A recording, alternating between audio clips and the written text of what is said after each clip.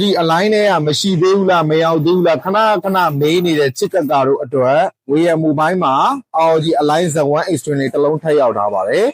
ပစ္စည်းလေးကလည်းရှားနေတဲ့အချိန်ဖြစ်တယ်နောက်တစ်ခုကကျွန်တော်ဆိုင်မှာတော့မှဂိမ်းဆက်ကနှလုံးသုံးလုံးပဲကြံလောက်တဲ့အနေအထိကိုရောင်းပြီးပစ္စည်းပြန်ဝယ်လို့မရတဲ့အနေအထားဖြစ်နေတဲ့အတွက်ကြောင့်တစ်လုံးပဲကြံတယ်အော်ဒီအလိုင်းလေးက Z1 Extreme လေးကကြိုက်တယ်ဆိုလို့ရှိရင်တော့မြန်ယူထားမှရမယ်ဥရလူပဲရောင်းပေးပါမယ်ခင်ဗျာဒီကောင်လေးဆိုရင် Z1 Extreme RAM 16512ဖြစ်မယ် original travel bag original charging ဆက်ပါမယ်เนาะဒီကောင်လေးဆိုလို့ရှိရင်ကျွန်တော်တို့ဘယ်လိုပြောရမလဲ travel တိုက်တဲ့ game တွေကိုခရီးသွားရင်းတော့၎င်းအလုပ်ထဲမှာတော့၎င်းအိမ်မှာမိုးလေးနဲ့တော့၎င်းပလေးကျင်တဲ့ customer တွေအတွက်လုံးဝ share ဖြစ်မယ်เนาะ Z1 Extreme CPU ရတယ်တော်တော်လေး powerful ဖြစ်တယ်တော်တော်လေး strong ဖြစ်တယ်เนาะဒီကောင်လေးဆိုလို့ရှိရင်ကျွန်တော်တို့ handheld ထဲမှာလူကြိုက်အများဆုံးလို့ပြောလို့ရတော့အောင်